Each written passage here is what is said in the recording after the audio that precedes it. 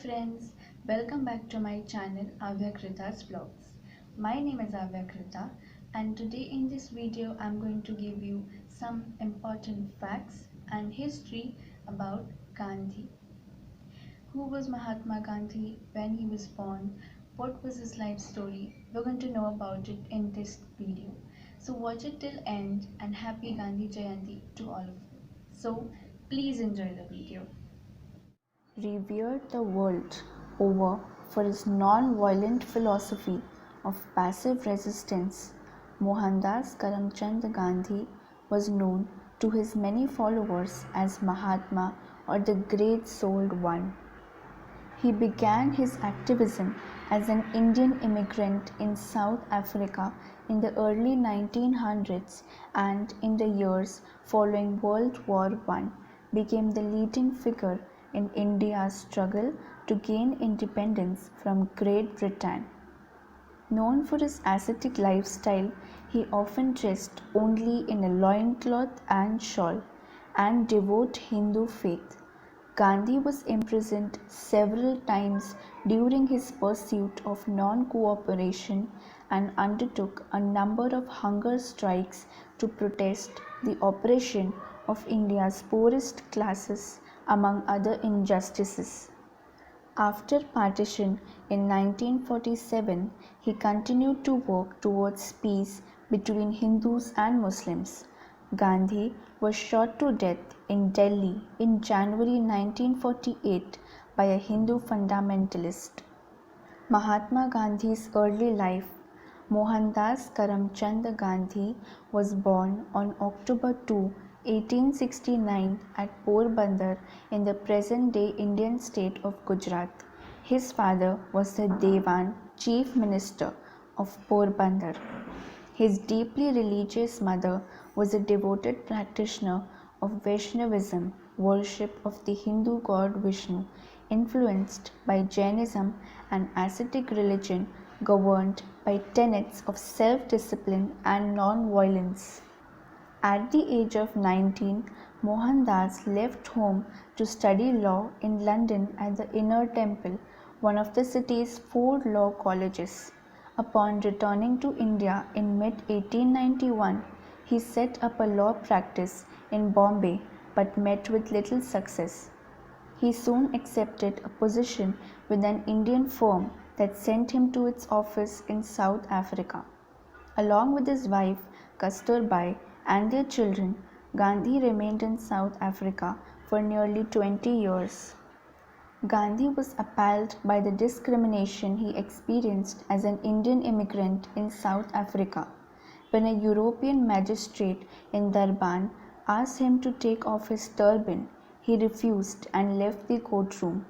On a train voyage to Pretoria, he was thrown out of a first-class railway compartment and beaten up by a white stagecoach driver after refusing to give up his seat for a European passenger. That train journey serving as a turning point for Gandhi, and he soon began developing and teaching the concept of satyagraha, which means truth and firmness or passive resistance as a way of non-cooperation with authorities. The birth of passive resistance. In 1906, after the Transvaal government passed an ordinance regarding the registration of its Indian population, Gandhi led a campaign of civil disobedience that would last for the next 8 years. During its final phase in 1913, hundreds of Indians living in South Africa, including women, went to jail and thousands of striking Indian miners were imprisoned, flogged, and even shot. Finally, under pressure from the British and Indian governments, the government of South Africa accepted a compromise negotiated by Gandhi and General Jan Christian Smuts, which included important concessions such as the recognition of Indian marriages and the abolition of the existing poll tax for Indians. In July 1914, Gandhi left South Africa to return to India. he supported the British war effort in World War I but remained critical of colonial authorities for measures he felt were unjust. In 1919, Gandhi launched an organized campaign of passive resistance in response to Parliament's passage of the Rowlatt Acts, which gave colonial authorities emergency powers to suppress subversive activities. He backed off after violence broke out, including the massacre by British-led soldiers of some 400 Indians attending a meeting at Amritsar, but only temporarily, and by 1920 he was the most visible figure in the movement for Indian independence. Leader of a movement. As part of his non-violent non-cooperation campaign for Home Rule, Gandhi stressed the importance of economic independence for India. He particularly advocated the manufacture of khaddar or homespun cloth in order to replace imported textiles from Britain.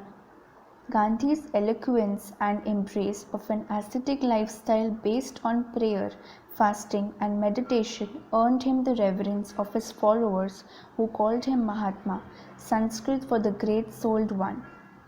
Invested with all the authority of the Indian National Congress or INC or Congress Party, Gandhi turned the independence movement into a massive organization, leading boycotts of British manufacturers and institutions representing British influence in India, including legislatures and schools.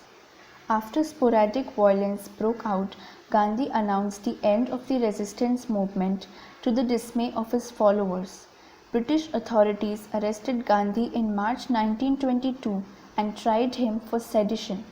He was sentenced to 6 years in prison but was released in 1924 after undergoing an operation for appendicitis.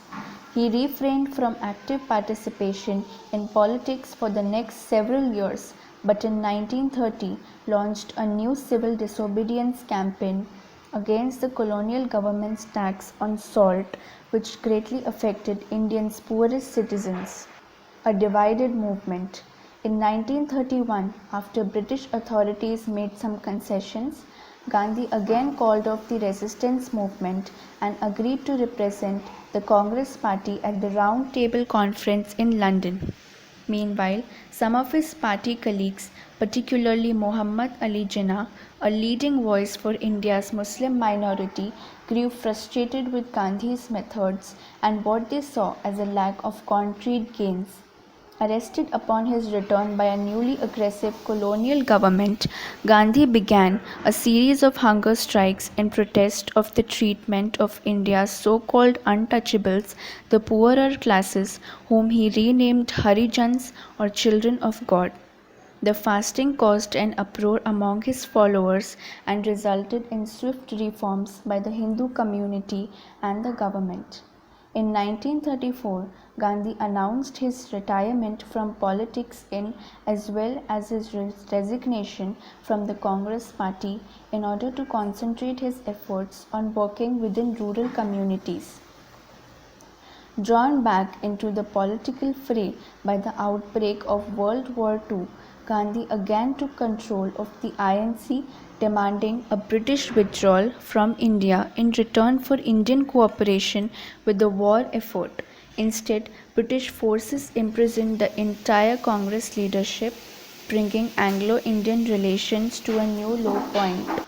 Partition and death of Gandhi. After the Labour Party took power in Britain in 1947, negotiations over Indian Home Rule began between the British, the Congress Party and the Muslim League, now led by Jinnah. Later that year, Britain granted India its independence but split the country into two dominions, India and Pakistan. Gandhi strongly opposed partition, but he agreed to it in hopes that after independence, Hindus and Muslims could achieve peace internally.